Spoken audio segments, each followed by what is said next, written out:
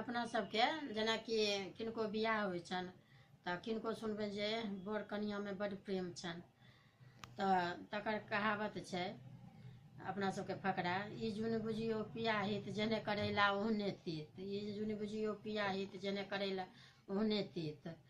तऽ ई अपना सबके कहल जाइ छै।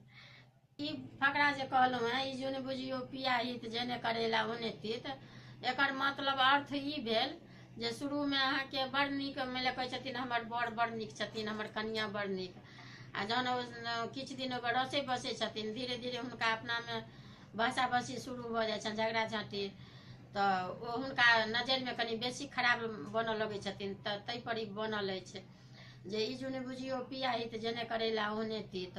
तऽ ओ तीत भऽ जाइ छथिन, शुरूमे मीठ रहै छथिन, नीक रहै छथिन, बादमे ओ खराब बनि जाइ छथिन। अपना सबके इहो फकरा अछि, मने देखियौ कहबी आ करतब कखनो झूठ फकरा नहि बनै छै।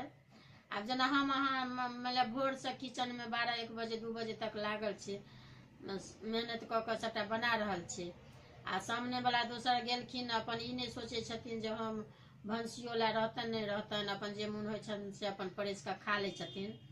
तऽ तकर कहावत ई अछि जे कुटनी पिसनीके 1 बखरा, बैसल बिलाइके 3 बखरा।